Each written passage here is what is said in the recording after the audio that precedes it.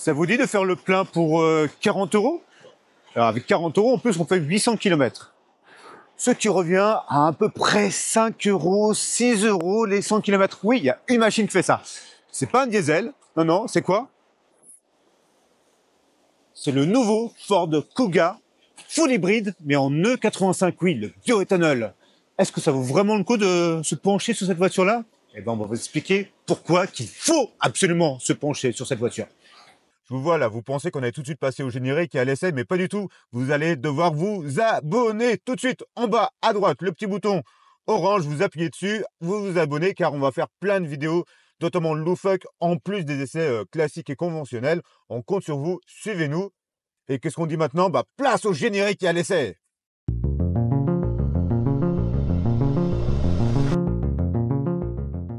Et oui, ce Ford Kuga a vraiment quelque chose d'exceptionnel. Ça se cache ici, sous le capot. Pourquoi? Bah, tout simplement parce que les ingénieurs américains et allemands nous ont concocté une voiture vraiment française dans l'usage. Comment ça?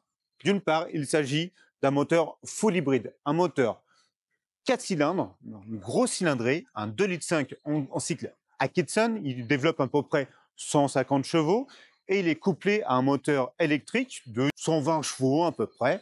Et tout ça est relié à une batterie de 1,1 kWh.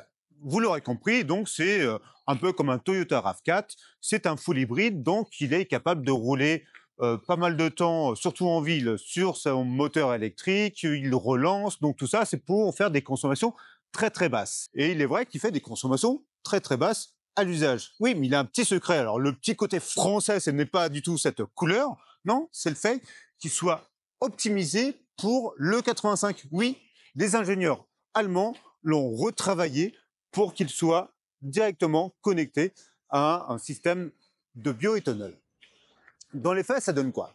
Eh ben, les ingénieurs ont changé un paquet de systèmes électroniques dedans, dont par exemple le boîtier qui, lui, va calculer goutte par goutte, à savoir la proportion de E85 ou de samplon que vous avez dedans pour optimiser la consommation et le rendement du moteur. Si vous mettez un boîtier dans votre voiture, sachez que y a plein d'éléments techniques qui vont un petit peu souffrir parce que on n'a pas le même degré d'intensité à l'usage dans un E85 ou dans un super samplon, par exemple, en moyenne, ça consomme 25% en plus. Et ben sachez que Ford, comme ils l'ont fait de série, ils ont changé les injecteurs, ils ont changé un paquet d'autres systèmes mécaniques dedans pour rendre l'ensemble bien plus fiable. Si on récapitule, vous êtes avec un hybride d'une puissance de 180 chevaux et tout ça tournant à l'E85 ou au samplon 95 ou 98. Ce qui rend cette machine totalement unique. Il n'y a personne qui fait ça aujourd'hui. Et c'est ce qui permet en effet de faire un plein de 40 et quelques euros et un usage de moins de 5 euros, 5 à 6 euros au 100 km.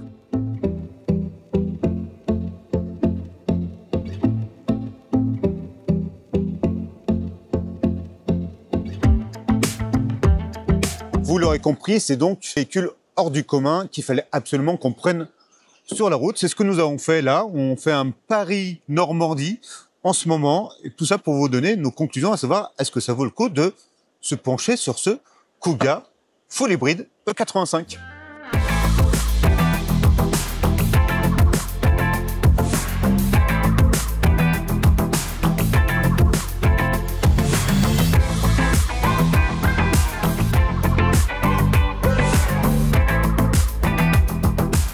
Notre Ford Kuga est le millésime 2025. Il profite en conséquence du lifting qu'il y a eu l'année dernière, donc sur le millésime 2024. Nous avons droit à une nouvelle face avant qui est vraiment plus stylée, plus ciselée, surtout là avec ses optiques plus fins, en forme de V. Et comme notre version est une version active, il a des indices aérodynamiques un peu différents. On retrouve cette fameuse calandre. Vous avez ici une bande à LED illuminée. Le logo ne l'est pas encore, mais vous avez cette grille de calandre là un peu coupe-frites qui est ici, qui est très caractéristique de l'Active. Et ici, le sabot en style aluminium qui lui donne ce petit côté baroudeur, parce que lui, il se veut le plus baroudeur de tous. Sur le profil, ça se voit aussi que c'est une version active. Comment? Bah, tout commence avec ces passages de roue qui sont un peu plus sculptés, noirs, des jantes spécifiques, le bas de caisse qui marie assez bien du plastique noir et des phases en plastique gris. Et tout ça lui donne donc une belle allure, mais tout ça se propage aussi sur la poupe. Au niveau de la poupe, tout a été modifié aussi. Au niveau du lifting, vous avez là ces optiques qui sont largement revues, vous avez ces impadis là aérodynamiques avec des traits plus contenus, mais surtout ce qui fait la différence, surtout avec notre version active, c'est ce bouclier arrière qui est plus massif. D'ailleurs, c'est lui qui fait que notre version fait 4,64 m à la place de 4,61 m pour les autres versions. Pourquoi? Parce que vous avez ici 3 cm de plus, et tout ça est dû là, pour lui donner un caractère voilà, un peu plus robuste, musclé. Donc vous avez cette partie noire du bouclier qui est affublée de cette partie grise et des deux échappements pour conjuguer sport et robustesse.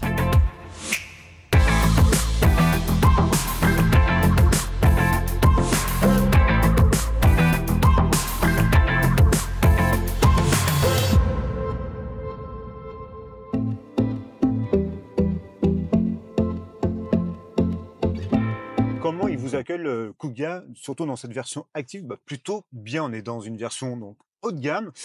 Et bah, ça se voit dès qu'on s'assoit. D'ailleurs, regardez ces superbes sièges, des sièges légèrement sport, légèrement baquets, qui conjuguent une sorte d'Alcantara nubuck avec du faux cuir, des surpiqûres. C'est plutôt extrêmement bien travaillé. Ils sont électriques. Vous avez plein de fonctions pour bien vous caler.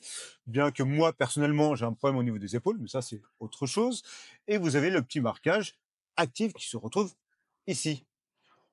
La planche de bord a été aussi repensée, ça se voit surtout grâce à cet écran central tactile qui est immense, qui est synchronisable avec votre smartphone. À savoir que Android Auto ne prendra que cette place-là. Il faudra avoir Apple pour avoir vraiment tout l'espace, mais ça vous laisse la possibilité d'avoir des petits écrans supplémentaires ici, mais qui sont là dédiés à la voiture. Autre chose aussi particulière, si vous avez l'impression ici que vous avez la climatisation, bah, sachez que pas vraiment, ça se retrouve ici. La température se gère ici. Bon, c'est pas le plus ergonomique qui soit, mais ça va, il n'est pas, c'est pas dénué de sens, ça va. Ça ne vous oblige pas de faire trop de manipulation. Donc vous avez ici toute la ventilation. La barre ici sert à quoi? Sert surtout pour le volume et pour le démarrage de la voiture. Et vous pouvez aussi enclencher les caméras. Oui, parce qu'on a une caméra 360 et qui marche plutôt pas mal. Ça, c'est plutôt une bonne chose. Alors, le volant, bah, il est plutôt bien agréable. Vous avez en face de vous un digital cockpit qui est configurable pas à souhait. Il fait pas 40 000 choses, mais on comprend les informations. Elles sont assez simples. On comprend tout ce qui se passe assez facilement. C'est un peu d'ailleurs la même chose au niveau du volant. Regardez, il n'y a pas non plus 22 boutons. Vous avez le volume, vous avez le changement des pistes et ici le mode pour justement changer votre écran avec tout ce que vous voulez ou pas. Donc moi, c'est ce que je préfère, c'est ça. Donc voilà, comme ça, on voit la consommation. Là d'ailleurs, vous voyez bien qu'on a fait 5,8 litres de moyenne sur 150 km, c'est plutôt pas trop mal. Autre chose ici, la partie là, vous avez tout ce qui est régulateur et ADAS. Pourquoi je vous dis ça? Parce que s'il faut le savoir, pour enlever l'alerte de survitesse, il vous suffit d'appuyer là sur limite et vous appuyez 3 secondes. Et en 3 secondes, c'est enlevé. C'est un raccourci, il faut le savoir, et ça marche plutôt bien. La même chose pour le fameux ping-pong, ce qui empêche de sauter de ligne en ligne. Bah là, vous appuyez 2 fois et vous l'avez désactivé 2 fois sur le bouton là. C'est des raccourcis, c'est des tips que je vous donne parce que, en effet, on peut croire qu'il n'existe pas, mais non, l'ergonomie est vraiment plutôt pas mal pensée là-dessus. Ça ressemble presque à du Volkswagen ou à du Renault, mais non, c'est vraiment pas mal. Mais il faut le savoir. Après, en soi, la console de centrale est plutôt, elle aussi, assez, elle est bien foutue. Là, ici, on peut mettre en induction son téléphone. Vous avez un USB-C et un USB-A pour la recharge et le levier de vitesse, entre guillemets, le manche de vitesse, le cabochon de vitesse, vous l'appelez comme vous voulez, qui est assez simple aussi avec l'auto-haul et le parking. Mais ce qui est intéressant, c'est vraiment que bah, on prend très vite ces marques dans cette Kuga, donc il n'y a pas grand-chose à dire. Et l'installation est plutôt assez facile, aisée avec les sièges auto. très rapidement, donc on peut prendre le volant. À l'arrière, c'est surprenant car on est légèrement surélevé par rapport au siège avant, ce qui nous permet d'avoir une bonne visibilité et pourtant la garde-toit là est plutôt encore convenable, hein. Encore une fois, 1,80 m, 1,80 m, là, c'est plutôt pas mal. Donc rien à dire. De plus, là pour les jambes, vous avez aussi un peu d'espace. Vous avez une cave pour mettre vos pieds, donc vous pouvez un peu plus les allonger.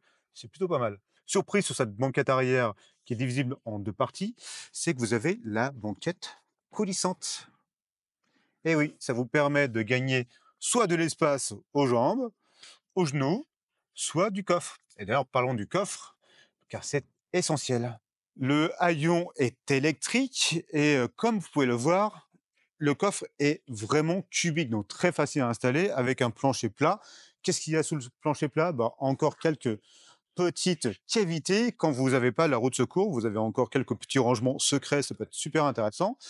Mais ce qu'il faut savoir, c'est que dans cette version à banquette coulissante, votre coffre fait au minimum 400 litres, mais peut monter à un peu plus de 550, ce qui est une bonne référence. Et quand vous n'avez pas besoin d'avoir beaucoup de bagages, vous avez beaucoup d'espace aux genoux, c'est quelque chose de très pratique. Ou sinon, vous pouvez avancer qu'une partie, pas l'autre. Donc ça, c'est un très bon point pour l'espace de vie.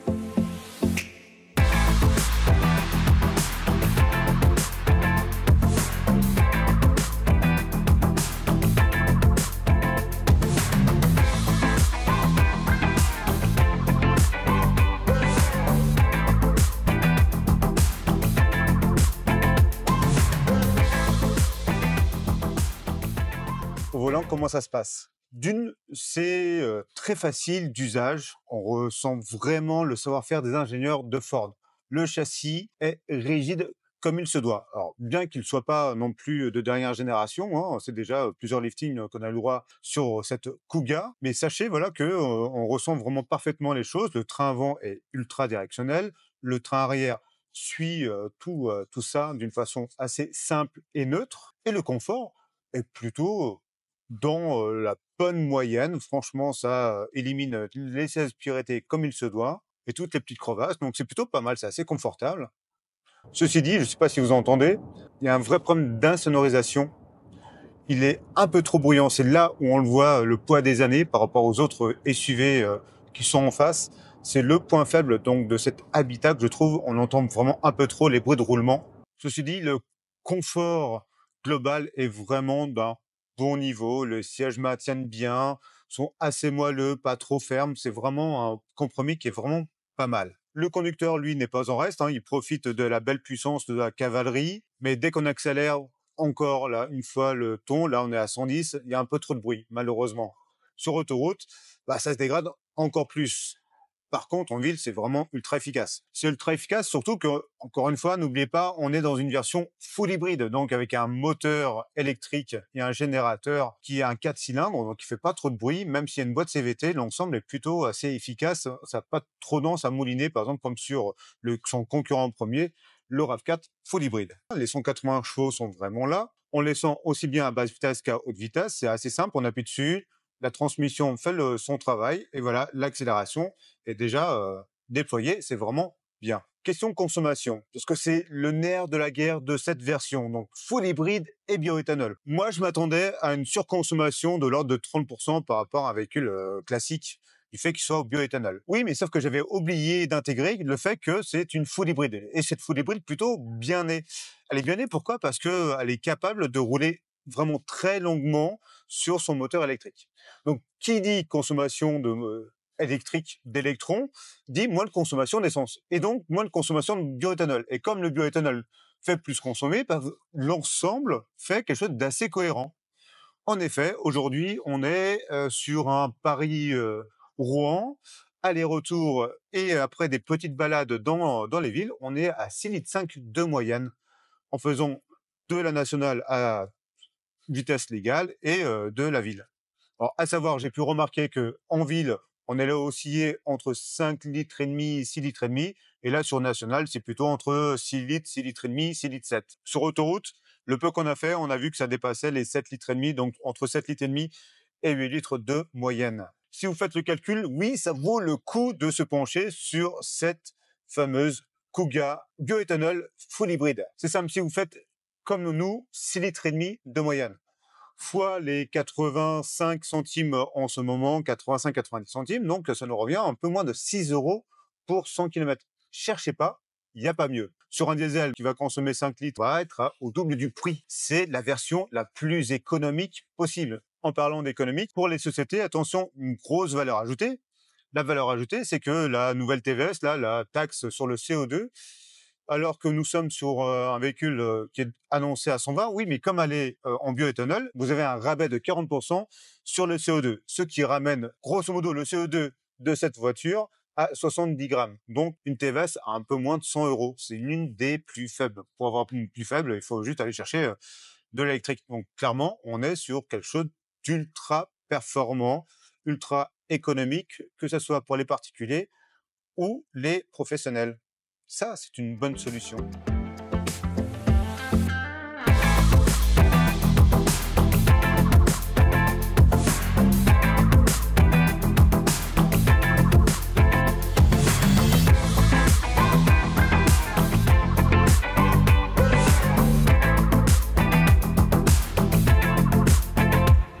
Alors, faut-il craquer pour ce Kuga full hybride en E85?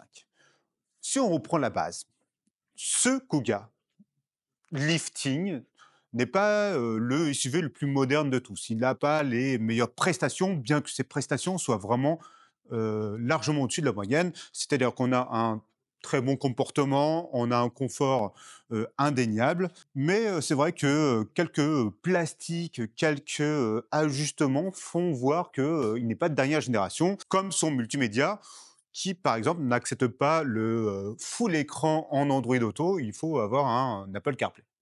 OK. En sachant cela, on va refaire le focus sur son cœur, c'est-à-dire son moteur full hybride. Alors, full hybride, il est comme le Toyota RAV4, par exemple, donc constitué d'un gros moteur thermique et d'un petit propulseur électrique. Ensemble, ils travaillent vraiment plutôt bien. D'ailleurs, ça confirme nos premiers essais qu'on avait eus déjà il y a quelques temps de cela avec. Donc, il est vraiment capable, dans du périurbain, de consommer très peu, de se contenter de, on va dire, 6 litres de moyenne de samplon. Oui, sauf que avec le 85, et c'est le seul d'ailleurs à être compatible à le 85, eh ben, sachez qu'au lieu de payer 1,80 € de samplon, vous allez payer aux alentours de 90 centimes en ce moment le litre d'essence. Alors techniquement, il surconsomme un peu plus. Et c'est vrai qu'il surconsomme à peu près 20% de plus. Sauf que en ville, comme son système électrique est très actif, eh ben, la surconsommation d'essence, eh ben, elle est en soi beaucoup moins importante, puisqu'il utilise la électricité. Ce qui fait vraiment le véhicule le plus économique du moment. Donc c'est indéniable.